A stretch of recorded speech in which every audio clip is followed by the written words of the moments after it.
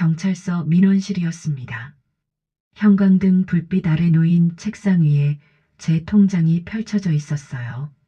형사는 통장 내역을 한참 들여다보더니 천천히 고개를 저었습니다. 그 표정만 봐도 알 수 있었어요. 이건 사기로 보기 어렵습니다. 형사의 첫마디가 그거였어요.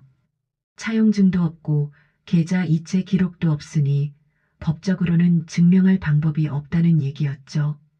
그럼 제 돈은 어떻게 되느냐고 물었습니다. 형사는 잠시 망설이더니 조심스럽게 말했어요. 솔직히 돌려받기 힘들 것 같습니다. 그 자리에서 통장을 다시 들여다봤습니다. 잔액 1,700만 원. 불과 1년 전까지만 해도 1억 원이 들어있던 통장이었어요. 숫자를 보는데 눈앞이 캄캄했습니다. 이게 현실인가 싶었죠. 경찰서를 나오는 길 다리에 힘이 없었어요. 버스 정류장 벤치에 앉아서 한참을 멍하니 있었습니다. 그때 알게 됐어요. 30년 동안 남의 거짓을 가려내던 제가 정작 제 눈앞에 거짓은 보지 못했다는 거요. 저는 30년 동안 생명보험사에서 보험금 조사원으로 일했습니다. 매일 아침 8시에 출근해서 책상 앞에 앉으면 그날 검토할 서류가 쌓여 있었어요. 많을 땐 30건도 넘었죠. 사고 경위가 이상한 건 없는지, 서류가 서로 맞지 않는 건 없는지, 병원 기록과 진술이 어긋나지는 않는지 매일같이 확인하는 게 제 일이었습니다. 하나하나 꼼꼼하게 봤어요. 날짜 하나, 숫자 하나도 그냥 넘어가지 않았습니다. 왜냐하면 제가 놓치면 회사에 손해가 가거든요. 그리고 정당한 청구자에게도 피해가 갑니다. 거짓 청구를 걸러내지 못하면 보험료가 올라가고 결국 선량한 가입자들이 손해를 보는 거예요. 그게 싫었습니다. 동료들은 저를 두고 유난히 꼼꼼한 사람이라고 말하곤 했어요. 점심시간에도 서류를 놓지 않는다고 했죠. 사실 그랬습니다. 밥 먹고 나서도 책상으로 돌아와서 다시 서류를 펼쳤어요. 습관이 됐거든요. 20년 차가 됐을 때 팀장으로 승진했습니다. 후배들을 가르치는 일도 맡게 됐어요. 제일 강조한 건 의심하는 습관이었습니다. 서류가 아무리 그럴듯해 보여도 일단 의심하고 확인하세요. 숫자 하나, 날짜 하나도 그냥 넘어가지 마세요. 그게 이 일의 기본이라고 생각했어요. 퇴직할 때까지 큰 문제는 없었습니다. 표창도 몇 번 받았고 우수사원상도 3번 받았어요. 마지막 해에는 공로패도 받았습니다. 퇴직식 날 동료들이 축하해줬고 후배들이 꽃다발을 줬어요. 그날만큼은 내가 성실하게 살아왔다는 생각이 들었습니다. 남편은 5년 전에 먼저 떠났습니다. 암이었어요. 1년 동안 투병하다가 세상을 떠났죠. 그 후로 혼자 살게 됐습니다. 자식은 하나 있는데 서울에서 직장을 다니며 가정을 꾸려 살고 있었어요. 결혼한 지 5년 됐고 손주도 하나 있었습니다. 명절 때마다 내려왔지만 하루 이틀 있다가 다시 올라갔어요. 바쁘니까요. 저는 이해했습니다. 젊은 사람들은 할 일이 많으니까요. 혼자 사는 생활이 익숙해진 지도 오래였습니다. 작은 아파트 한 채가 있었어요. 5층짜리 건물의 3층이었습니다. 25평 정도였고 관리비는 한 달에 20만 원 정도 나왔어요. 남편이 살아있을 때 함께 산 집이었죠. 추억이 많은 곳이었습니다. 국민연금은 월 60만 원 받았습니다. 그리고 평생 모은 돈이 1억 원 있었어요. 남편과 함께 조금씩 모은 돈이었습니다. 크게 욕심내지 않고 조용히 늙어갈 수 있을 거라 믿었어요. 한 달 생활비는 70만 원 정도면 충분했습니다. 관리비 20만 원, 병원비 10만 원, 공과금 10만 원, 식비 30만 원. 국민연금으로 충분히 감당할 수 있는 금액이었죠. 1억 원은 비상금이었어요. 큰 병이 생기거나 급하게 돈이 필요할 때를 대비한 돈이었습니다. 그때는 몰랐어요. 그 1억 원이 1년도 안 돼서 사라질 거라는 걸요. 퇴직하고 나니 하루가 너무 길었습니다. 30년 동안 아침 8시면 출근하고 저녁 8시에 퇴근하던 생활을 했거든요. 갑자기 아무것도 하지 않아도 된다는 게 어색했어요. 처음 한 달은 좋았습니다. 늦잠도 자고 낮에 드라마도 보고 책도 읽었어요. 하지만 2달째부터 뭔가 이상한 느낌이 들기 시작했죠. 시계를 보면 아직 오전 10시. 점심까지 2시간이나 남았는데 뭘 하며 보내야 할지 막막했습니다. 건강을 위해 등산 동호회에 나가기 시작했어요. 한 달에 2번, 화요일과 금요일 아침에 근처 산을 올랐습니다. 60대 분들이 대부분이었고 다들 비슷한 처지였어요. 은퇴하고 시간이 남아서 건강도 챙길 겸 나온다는 분들이었죠. 그러던 어느 날 산에서 자주 마주치던 한 남자가 먼저 말을 걸어왔습니다. 50대 초반쯤 되어 보였어요. 키가 175cm 정도 되고 등산복을 단정하게 입고 있었습니다. 혼자 오시나 봐요? 처음 건넨 말이 그거였어요. 저는 네, 그렇다고 대답했습니다. 그러자 자기소개를 하더군요. 이름은 김성우라고 근처에 산다고 했습니다. 이혼한 뒤로 아들을 혼자 키우고 있다고도 했어요. 처음엔 별다른 생각이 없었습니다. 그냥 등산 이야기를 나누고 하산 후에 다른 회원들과 함께 커피를 한 잔 마시는 정도였어요.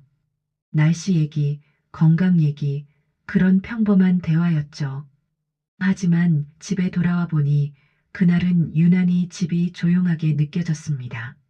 문을 열고 들어서는데 아무 소리도 없더군요. 냉장고 돌아가는 소리만 들렸어요. 괜히 TV를 켜두고 소리만 들으며 앉아 있었습니다.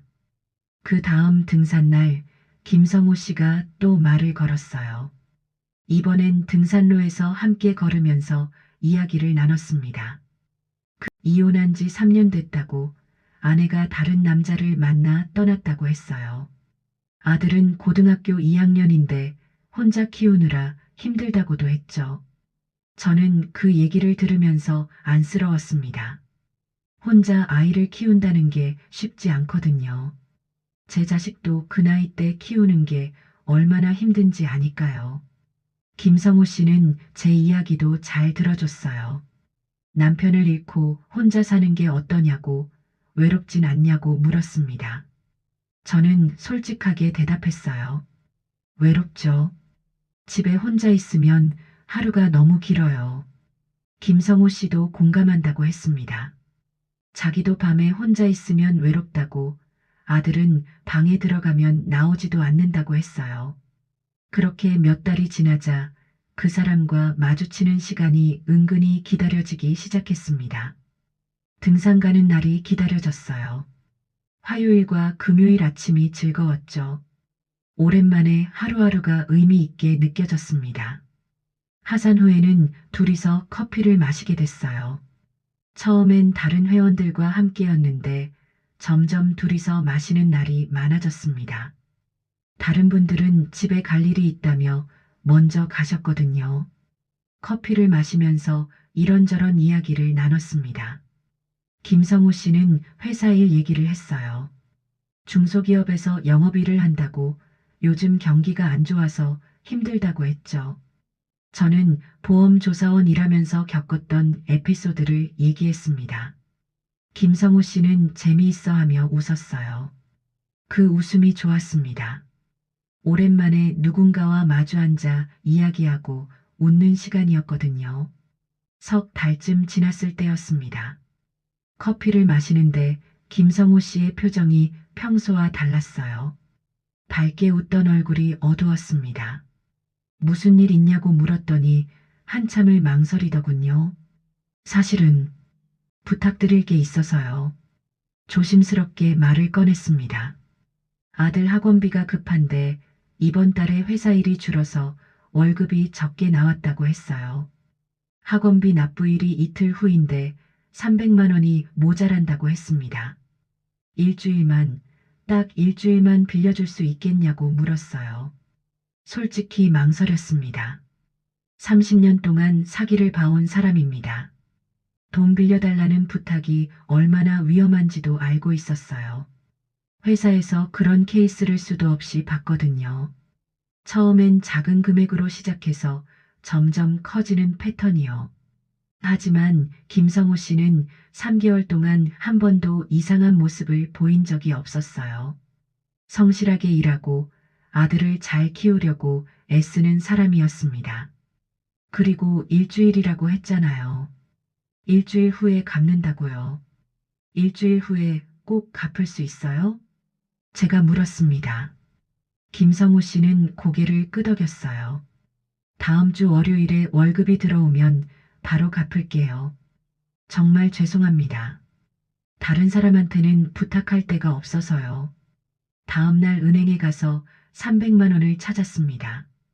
김성호 씨를 만나 건넸어요. 김성호 씨는 정말 고맙다고 일주일 안에 꼭 갚겠다고 몇 번이고 약속했습니다. 일주일 후, 정확히 일주일 후였습니다. 화요일 등산을 마치고 커피를 마시는데 김성호 씨가 봉투를 하나 꺼냈어요. 300만 원이 그대로 들어 있었습니다. 한 푼도 빠짐없이 돌려받았어요. 정말 고마웠습니다. 덕분에 큰 도움이 됐어요.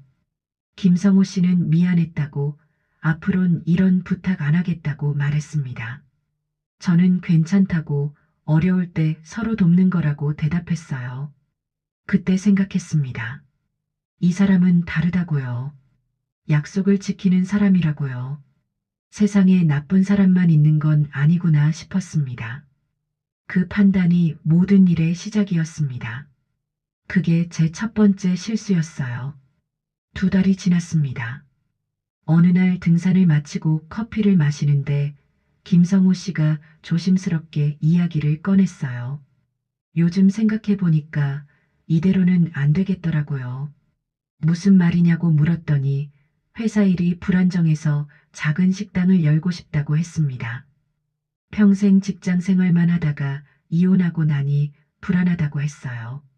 아들이 대학 갈 때까지 안정적인 수입이 필요한데 월급만으로는 부족하다고 했죠. 식당이요? 저는 조금 놀랐습니다. 갑자기 창업 이야기를 하니까요. 김성호 씨는 고개를 끄덕였어요. 작은 식당이라도 하나 차려서 아들 학비를 벌고 싶다고 친구가 운영하던 자리를 넘겨받을 수 있는데 자금이 부족하다고 했습니다. 800만 원이 필요하다고 했어요. 권리금하고 첫 달 재료비를 합치면 그 정도 든다고 했죠. 친구한테 빌리려고 했는데 거절당했다고 은행 대출은 신용 때문에 어렵다고 했습니다. 저는 고민했습니다. 800만 원은 300만 원과는 차원이 다른 금액이었어요. 제 노후 자금의 8%나 되는 돈이었죠. 하지만 지난번에 약속을 지켰잖아요. 정확히 일주일 만에 300만 원을 돌려준 사람이에요. 그리고 식당은 나쁜 투자가 아니라고 생각했습니다. 성실하게 일하면 수익을 낼 수 있을 거라고요. 김성호 씨는 성실한 사람이니까 잘할 거라고 믿었어요. 2달 안에 갚을 수 있어요. 식당이 자리 잡으면 한 달에 400만 원씩 갚을게요. 김성호 씨의 말이었습니다. 사흘을 고민한 끝에 결정했어요. 예금을 하나 해지했습니다. 500만 원짜리 적금이었는데 중도 해지하면서 이자를 조금 손해봤죠. 거기에 300만 원을 더해서 800만 원을 만들었습니다. 김성호 씨를 만나 건넸어요. 김성호 씨는 눈시울을 붉혔습니다. 정말 고맙습니다. 이 은혜를 평생 잊지 않겠습니다. 그렇게 말하며 제 손을 꽉 잡았어요. 한 달 반이 지났습니다. 2달이라고 했는데 보름 일찍 김성호 씨가 봉투를 들고 나타났어요. 500만 원이 들어 있었습니다. 아직 식당 준비 중인데 먼저 이만큼이라도 갚고 싶어서요. 바빠도 약속은 지켜야 하잖아요. 김성호 씨의 말이었습니다. 저는 감동했어요. 식당 준비로 정신없을 텐데 이렇게 먼저 갚다니요. 역시 믿을 만한 사람이구나 싶었습니다. 남은 300만 원은 천천히 갚아도 된다고 했어요. 아니에요. 다음 달까지 꼭 갚을게요. 빚지고 사는 게 제일 불편하더라고요. 김성호 씨는 그렇게 말했습니다. 그 말을 들으니 더 믿음이 갔어요. 빚을 싫어하는 사람이구나, 성실한 사람이구나 싶었죠. 한 달 후 약속대로 남은 300만 원을 갚았습니다. 정확히 2달 반 만에 800만 원을 전부 돌려받은 거예요. 저는 완전히 안심했습니다. 이 사람은 정말 다르다고, 성실하고 정직한 사람이라고 확신했어요. 그로부터 한 달 후였습니다. 김성호 씨가 또 연락했어요. 이번엔 전화로 먼저 연락이 왔습니다. 목소리가 급했어요. 식당 자리를 구했어요. 위치도 좋고 조건도 괜찮은데 보증금이 문제예요. 2천만 원이 필요하다고 했습니다. 건물주가 보증금을 당장 내야 자리를 넘겨준다고, 이 기회를 놓치면 또 언제 이런 자리가 나올지 모른다고 했어요. 은행 대출을 알아봤지만 역시 안 된다고 했죠. 저는 이번엔 금액이 너무 크다고 생각했습니다. 2천만 원은 제 노후 자금의 5분의 1이었어요. 하지만 김성호 씨는 이미 1,100만 원을 갚았어요. 300만 원, 800만 원 약속을 2번이나 지킨 사람이에요. 그리고 식당 창업은 나쁜 일이 아니잖아요. 성실하게 일하면 성공할 수 있을 거라고 생각했습니다. 김성호 씨라면 잘할 거라고 믿었어요. 일주일을 고민했습니다. 밤에 잠을 이루지 못했어요. 2천만 원은 큰 돈이니까요. 하지만 결국 결정했습니다. 다른 예금을 해지했어요. 2천만 원짜리 정기 예금이었습니다. 김성호 씨를 만나 건넸어요. 김성호 씨는 땅에 엎드릴 것처럼 고개를 숙였습니다. 정말 뭐라고 감사를 드려야 할지 모르겠어요. 꼭 갚겠습니다. 석 달 안에 전부 갚겠습니다. 한 달 후 김성호 씨가 1,000만 원을 갚았습니다. 식당 오픈 준비로 바쁜데도 약속을 지켰어요. 식당이 이번 주에 오픈해요.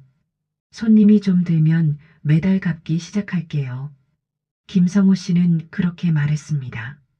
저는 다시 한번 안심했어요. 역시 믿을 만한 사람이라고 생각했죠.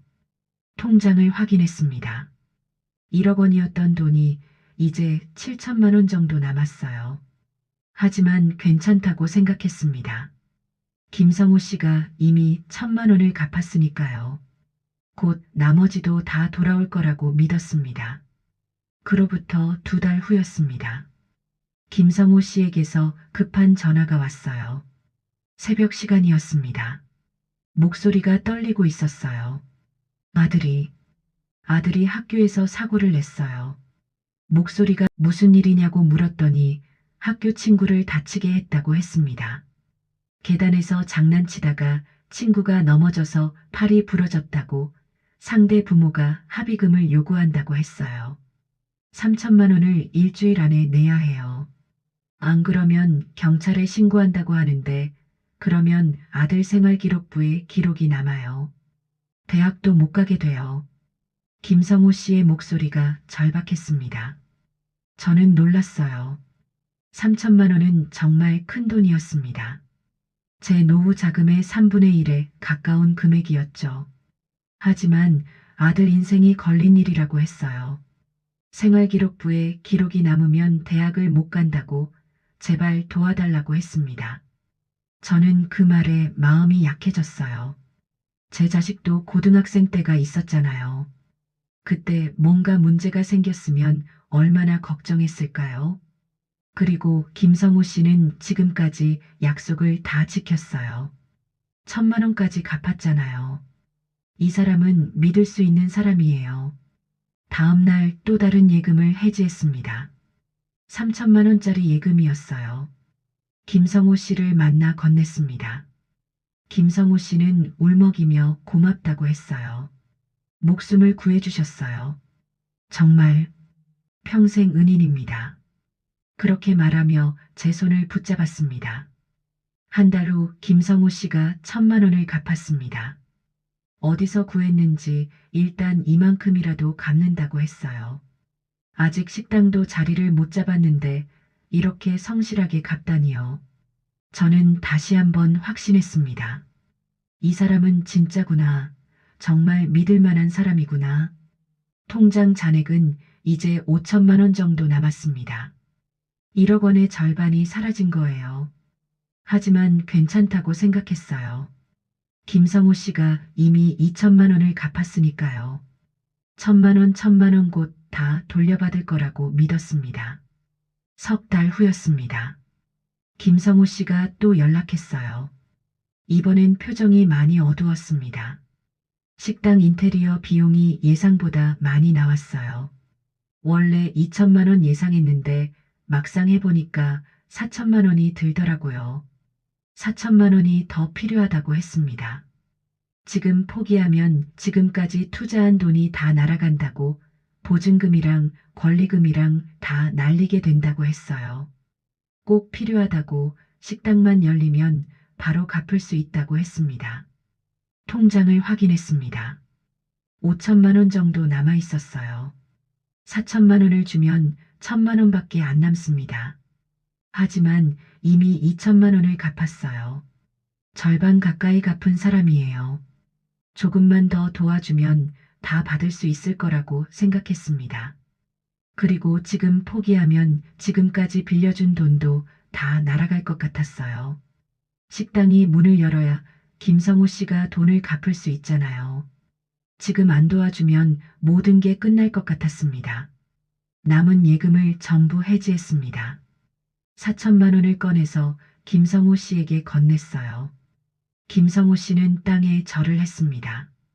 정말 은혜를 어떻게 갚아야 할지 모르겠어요. 다음 달부터 매달 갚기 시작할게요. 꼭 약속드립니다. 한 달 후 김성호 씨가 300만 원을 갚았습니다. 적은 금액이지만 성의를 보이는 거라고 했어요. 식당 오픈 준비로 바쁜데도 약속을 지켰습니다. 다음 달에 정식으로 오픈해요. 그러면 매달 500만 원씩 갚을게요. 김성호 씨의 말이었습니다. 저는 안심했어요. 통장 잔액은 이제 1,700만 원밖에 남지 않았습니다. 1억 원이 1,700만 원이 된 거예요. 하지만 괜찮다고 생각했습니다. 김성호 씨가 이미 2,300만 원을 갚았으니까요. 1,000만 원, 1,000만 원, 300만 원 곧 다 돌려받을 거라고, 그러면 원래대로 돌아갈 거라고 믿었습니다. 그게 제 마지막 착각이었어요. 2달이 지났습니다. 김성호 씨가 다음 달에 식당을 오픈한다고 했던 날이 지났어요. 그런데 연락이 없었습니다. 전화를 걸었어요. 연결되지 않았습니다. 꺼져 있다는 안내만 나왔죠. 처음엔 단순한 고장이라고 생각했습니다. 핸드폰이 고장 났거나 분실했을 거라고요. 하루 이틀 기다리면 연락이 올 거라고 믿었어요. 식당 오픈 준비로 바쁠 수도 있잖아요. 이틀이 지났습니다. 여전히 연락이 없었어요. 문자를 보냈습니다. 읽지 않았습니다. 카카오톡도 보냈어요. 역시 답이 없었습니다. 프로필 사진을 확인했는데 사라져 있었어요. 가슴이 철렁했습니다. 뭔가 이상하다는 생각이 들기 시작했어요. 하지만 아직은 믿고 싶었습니다. 그냥 바빠서 그런 거라고, 곧 연락이 올 거라고요. 일주일이 지났습니다. 여전히 소식이 없었어요. 밤에 잠을 이룰 수 없었습니다. 혹시 사고라도 난 건 아닐까? 아들이 또 무슨 일을 낸 건 아닐까? 온갖 생각이 다 들었어요. 화요일이 됐습니다. 등산 동호회에 나가는 날이었어요. 김성호 씨가 나올 거라고 생각했습니다. 새벽 6시에 집을 나섰어요. 관악산 입구로 갔습니다. 회원들이 모여 있었지만 김성호 씨는 보이지 않았어요. 혹시나 해서 조금 더 기다렸습니다. 하지만 끝까지 나타나지 않았죠. 등산을 시작했습니다. 산을 오르는 내내 김성호 씨 생각뿐이었어요. 하산 후 회장님에게 물어봤습니다. 회장님, 혹시 김성호 씨 못 보셨어요? 회장님은 고개를 갸우뚱했습니다. 김성호 씨요? 그 친구 탈퇴한 지 2달 됐는데요. 제 머리가 멍해졌습니다. 2달 전이라고요? 그럼 언제부터요? 회장님은 정확히 기억은 안 나는데 2~3달 전쯤이었다고 했습니다. 갑자기 카톡으로 탈퇴한다고 연락 왔다고 하더군요. 2달 전이라면 제가 4천만 원을 건넨 직후였습니다. 그런데 저는 지난달에도 김성호 씨를 만났어요. 300만 원을 받았고요. 동호회는 나오지 않았지만 따로 만나서 커피를 마셨습니다. 식당 오픈이 곧이라고 조금만 기다리면 다 갚을 수 있다고 말하던 사람이었어요. 혹시 김성호 씨 연락처 아는 분 계세요? 다른 회원들에게 물어봤습니다. 60대 초반의 여성 회원이 씁쓸하게 웃었어요. 저도 연락이 안 돼요. 저도 당했거든요. 당했다고요? 무슨 말인지 물었습니다. 그 회원분이 말했어요. 아들 학원비 명목으로 500만 원을 빌려줬는데 1달 전부터 연락이 끊겼어요. 전화번호도 바뀌었고요. 다른 회원 한 분도 비슷하게 말했습니다. 저는 300만 원 빌려줬어요. 아들이 다쳤다고 병원비가 급하다고 하더라고요. 처음엔 100만 원 갚더니 그 후로 감감무소식이에요. 또 다른 분도 손을 들었습니다. 저도요. 700만 원 못 받았어요. 식당 창업한다고 제 다리에 힘이 풀렸습니다. 그게 무슨 말인가요? 저만 당한 게 아니라는 건가요? 같은 방식으로 다른 사람들도 당했다는 건가요? 회원 한 분이 더 충격적인 얘기를 했습니다. 김성호 씨는 작년에 다른 산악회 2곳에서도 활동했대요. 거기서도 비슷한 수법으로 돈을 받아냈다는 소문이 있어요. 전문적으로 이런 일을 하는 사람인 것 같아요. 저는 그 자리에 주저앉을 뻔했어요. 사기였던 겁니다. 처음부터 끝까지 계획된 사기였어요. 아들 학원비, 식당 창업, 보증금, 아들 사고, 인테리어 비용. 전부 거짓말이었습니다. 아니, 어쩌면 아들이 있다는 것조차 거짓일 수도 있어요. 이혼했다는 것도, 혼자 산다는 것도, 모든 게 다 꾸며낸 이야기일 수도 있는 거예요. 중간중간 돈을 갚은 것도 다 계산된 행동이었습니다. 작은 금액을 갚아서 저를 완전히 믿게 만든 거죠. 300만 원을 정확히 갚아서 신뢰를 쌓고 800만 원 중에 500만 원을 갚아서 안심시키고 2천만 원 중에 1,000만 원을 갚아서 확신시키고 그리고 점점 더 큰 금액을 요구했어요. 제가 의심하지 않도록요. 집으로 돌아오는 길 다리가 후들거렸습니다. 버스 정류장 벤치에 앉아서 한참을 멍하니 있었어요. 머릿속이 하얗게 변했습니다. 계산을 해봤습니다. 총 1억 1천만 원을 건넸어요. 300만 원, 800만 원, 2천만 원, 3천만 원, 4천만 원, 1억 1,100만 원 돌려받은 건 2,300만 원이었습니다. 300만 원, 500만 원, 300만 원, 1,000만 원, 1,000만 원, 300만 원, 2,400만 원. 아니 계산을 다시 해보니 2,800만 원이었어요. 실제 피해액은 8,300만 원이었습니다. 1억 1천만 원에서 2,800만 원을 빼면 8,200만 원. 아니, 정확히는 8,300만 원이었어요. 집에 들어가서 통장을 확인했습니다. 잔액 1,700만 원. 1년 전엔 1억 원이 있던 통장이었어요. 숫자를 보는데 눈앞이 캄캄했습니다.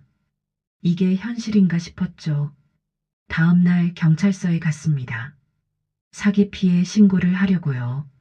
민원실에서 담당 형사를 만났습니다. 상황을 설명했어요. 8,300만 원을 사기당했다고 동호회에서 만난 사람한테 당했다고 말했습니다. 형사가 물었습니다. 차용증은 있으신가요? 없었습니다. 한 번도 받지 않았어요. 김성호 씨를 믿었거든요. 서류 같은 게 필요 없다고 생각했습니다. 30년 동안 서류를 다루던 사람이 정작 자기 일에는 차용증 하나 받지 않은 거예요. 그럼 계좌 이체 기록은요? 형사가 다시 물었습니다. 저는 고개를 저었어요. 전부 현금으로 건넸거든요. 김성호 씨가 계좌로 받으면 세금 문제가 생긴다고 했어요. 식당 창업 자금인데 통장 거래 내역이 남으면 나중에 세무조사 받을 수 있다고 했죠. 그래서 현금으로 만나서 직접 건넸습니다. 형사의 표정이 안 좋아졌습니다. 그러면 증거가 없네요. 상대방이 돈을 받은 적 없다고 잡아떼면 입증할 방법이 없어요.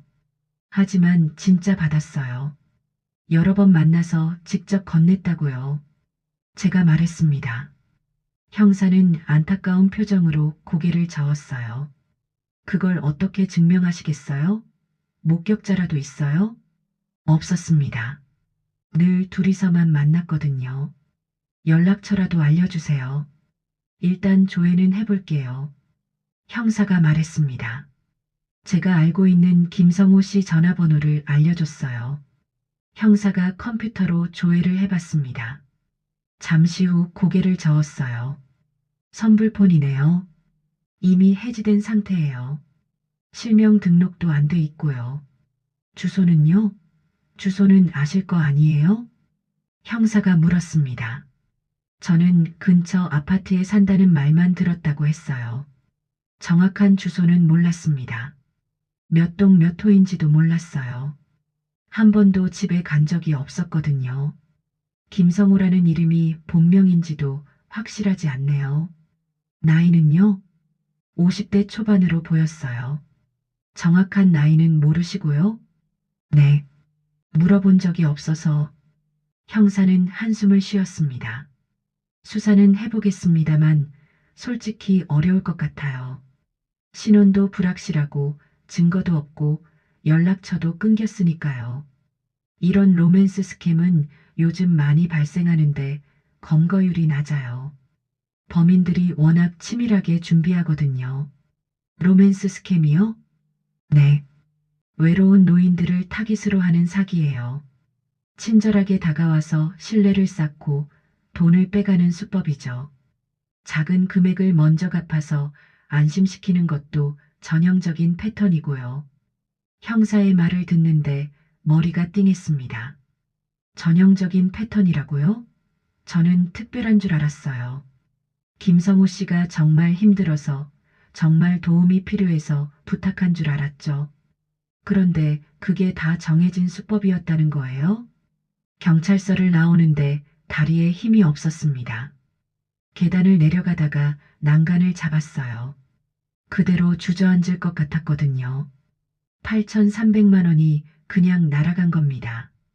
돌려받을 방법도 없었어요. 범인을 찾을 수도 없고 증거도 없고 법적으로 할 수 있는 게 아무것도 없었습니다. 통장에 1,700만 원으로 앞으로를 살아가야 했어요. 국민연금 60만 원으로는 생활이 불가능했습니다. 한 달에 관리비 20만 원, 병원비 10만 원, 공과금 10만 원, 식비 30만 원이면 70만 원이 필요한데 10만 원이 모자랐죠. 통장에 1,700만 원을 쓰면 됩니다. 하지만 몇 년이나 버틸 수 있을까요?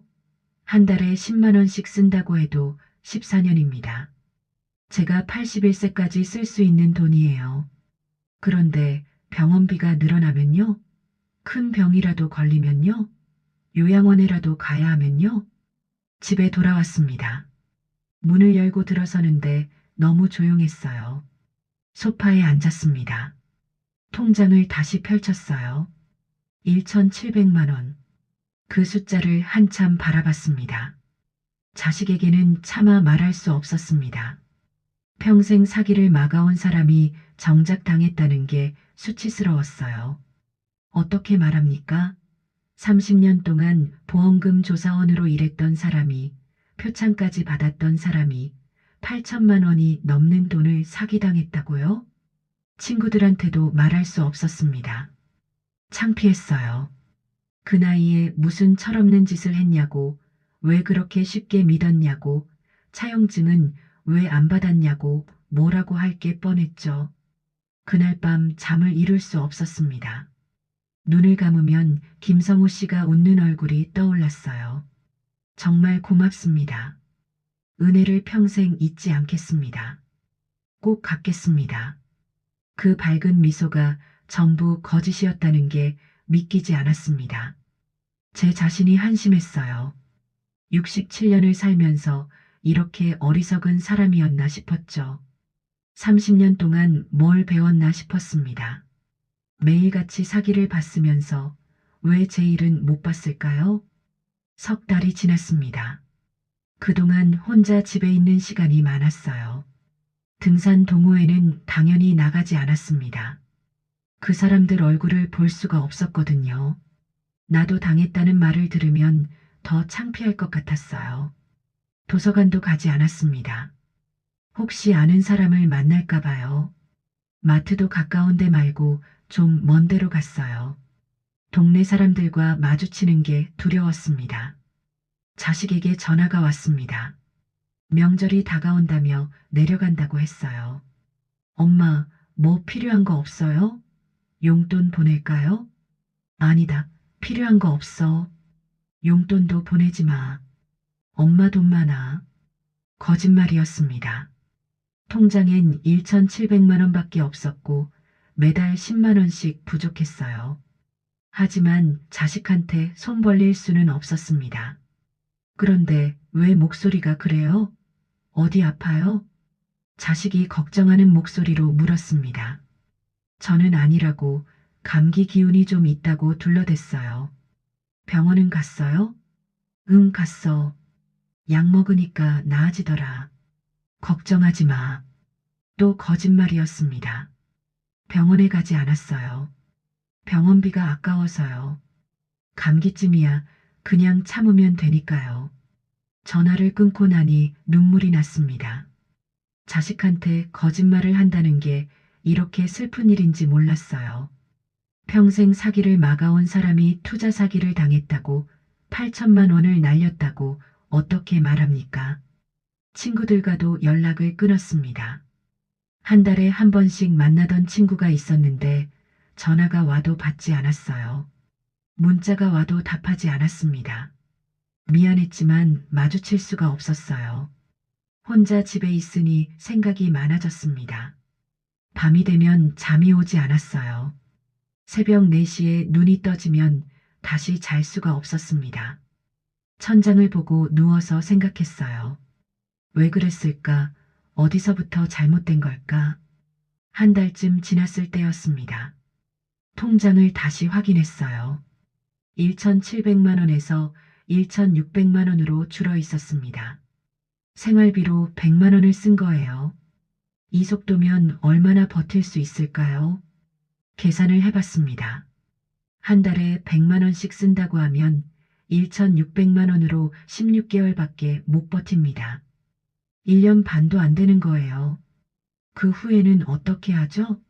국민연금 60만 원으로는 생활이 안 되는데요. 생활비를 줄여야 했습니다. 한 달에 100만 원에서 60만 원으로 줄이기로 했어요. 그러면 국민연금이랑 똑같은 금액이니까 통장 돈을 안 건드려도 됩니다. 어떻게 줄일까요? 식비를 30만 원에서 20만 원으로 줄였습니다. 마트에서 할인 스티커 붙은 것만 샀어요. 저녁 8시쯤 가면 반값으로 파는 게 있거든요. 빵, 도시락, 반찬 같은 거요. 유통기한이 하루 이틀 남은 것들이지만 먹는 데는 문제 없었습니다. 고기는 한 달에 한 번도 사지 못했어요. 예전엔 일주일에 한 번씩 삼겹살이나 닭고기를 사 먹었는데 이젠 그럴 수 없었습니다. 계란이랑 두부로 단백질을 채웠어요.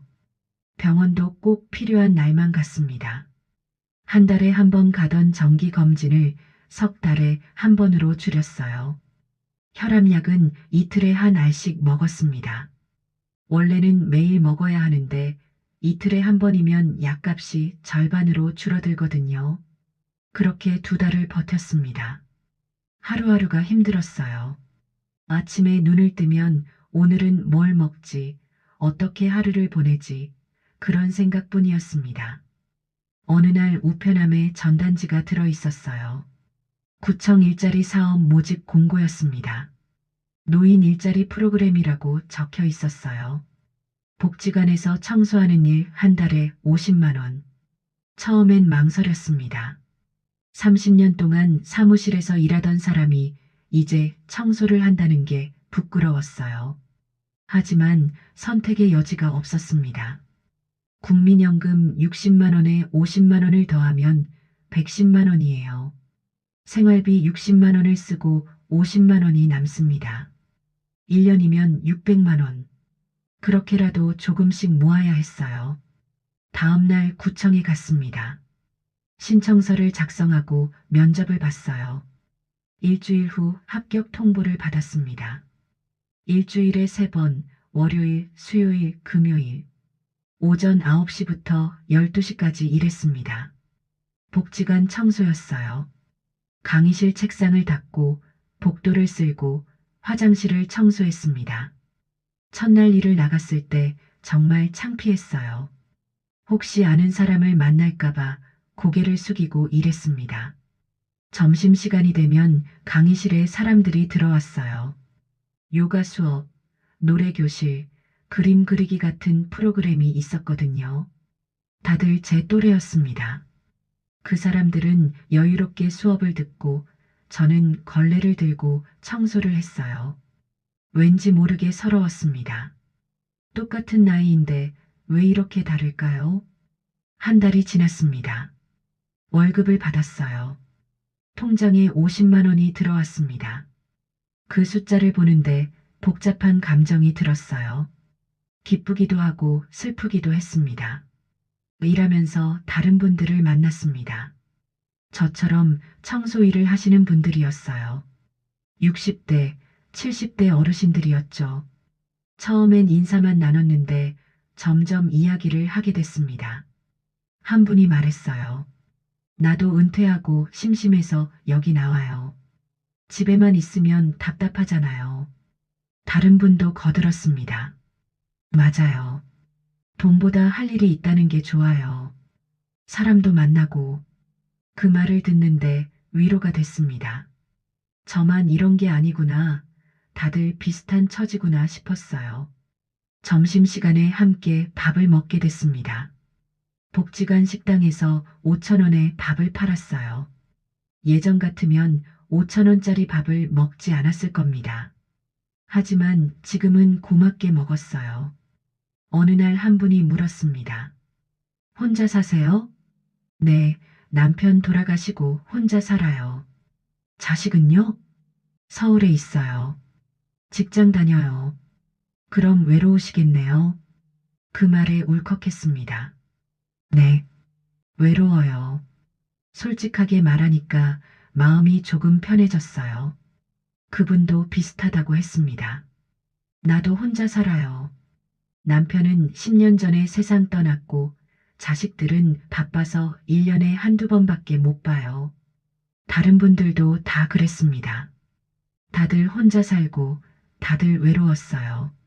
그 외로움을 달래려고 복지관에 나온다고 했습니다. 석 달쯤 지났을 때였습니다.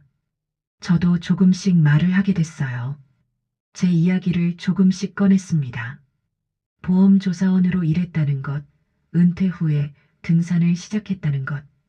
어느 날 용기를 내서 말했습니다. 사실 저 사기를 당했어요. 다들 놀란 표정으로 저를 봤습니다. 사기요? 네. 등산 동호회에서 만난 사람한테 8천만 원을. 그 말을 꺼내는데 목이 메었습니다. 처음으로 다른 사람한테 말하는 거였거든요. 눈물이 났어요. 한 분이 제 손을 잡았습니다. 저도 당했어요. 네. 3년 전에 재혼 사기를 당했어요. 2천만 원 날렸죠. 다른 분도 말했습니다. 저는 투자 사기 5천만 원. 또 다른 분도 고개를 끄덕였어요. 저는 보이스피싱 3천만 원. 다들 당한 경험이 있었습니다. 혼자가 아니었어요. 저만 바보가 아니었던 거예요.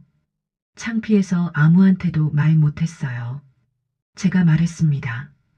그분들도 고개를 끄덕였어요. 맞아요.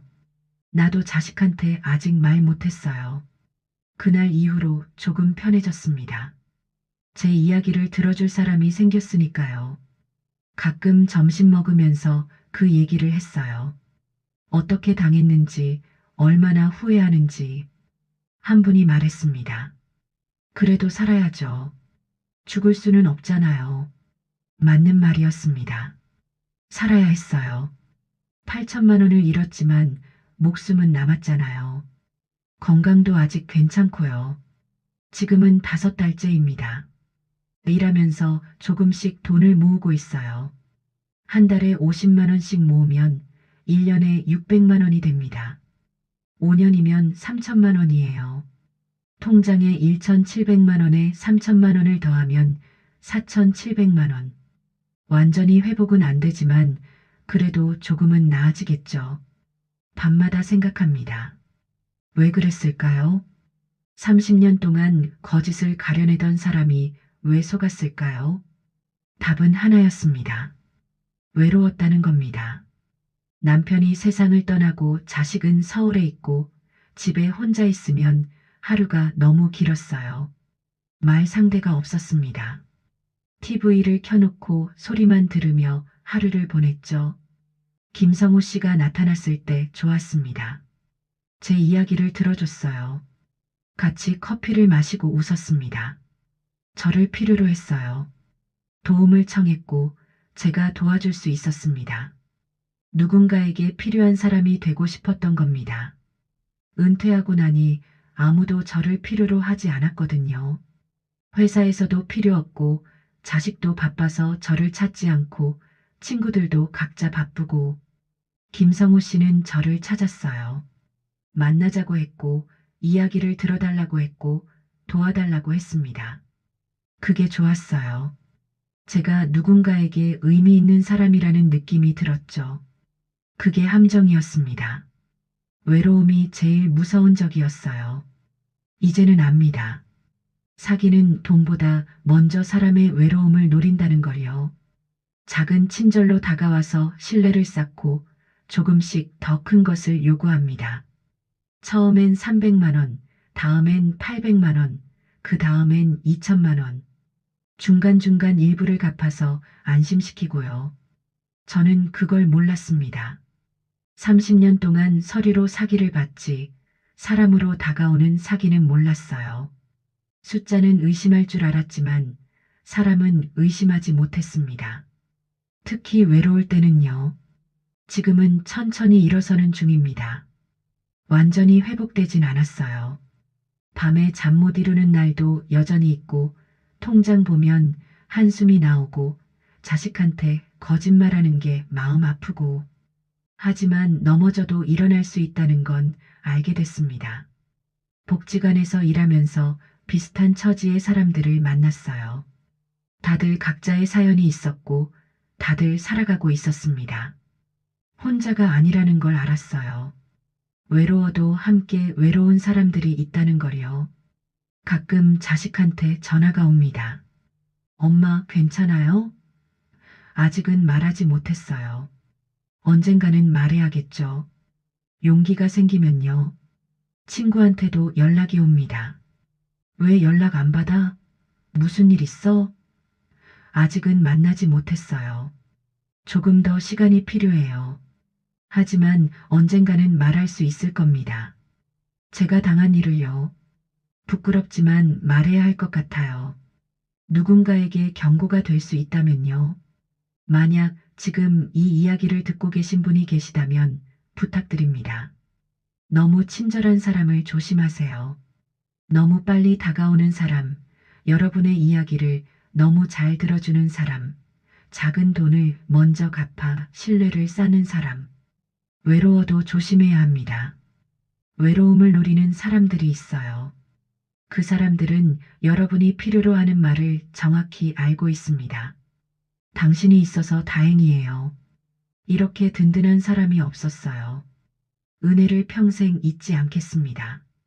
다 거짓말일 수 있어요. 돈을 빌려달라는 부탁을 받으면 가족에게 먼저 상의하세요. 창피하더라도요. 혼자 결정하지 마세요. 차용증을 꼭 받으세요. 아무리 믿는 사람이라도요. 현금 거래는 절대 하지 마세요. 계좌 이체로 증거를 남기세요. 그리고 무엇보다 외로움을 건강하게 채우는 방법을 찾으세요. 복지관 프로그램에 참여하거나 봉사활동을 하거나 취미 생활을 하거나 혼자가 아니라는 걸 느낄 수 있는 곳을 찾으세요.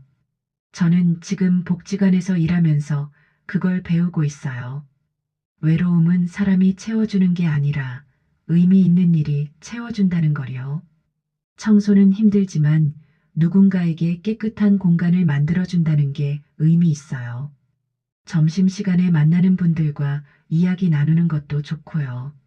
아직 갈 길이 멉니다. 통장에는 1,700만 원밖에 없고 완전히 회복되려면 5년은 걸릴 거예요. 그래도 괜찮습니다. 하루하루 살아가고 있으니까요. 30년 경력도 외로움 앞에선 소용없었습니다. 하지만 넘어진 후에 배운 것도 있어요. 사람은 넘어져도 일어날 수 있다는 것, 혼자가 아니라는 것, 외로워도 조심해야 한다는 것. 이 이야기가 누군가에게 잠깐 멈춰 생각하는 계기가 되길 바랍니다. 제가 겪은 일을 여러분은 겪지 않으셨으면 좋겠어요. 외로워도 조심하세요. 친절한 사람도 의심하세요. 그리고 혼자가 아니라는 걸 기억하세요.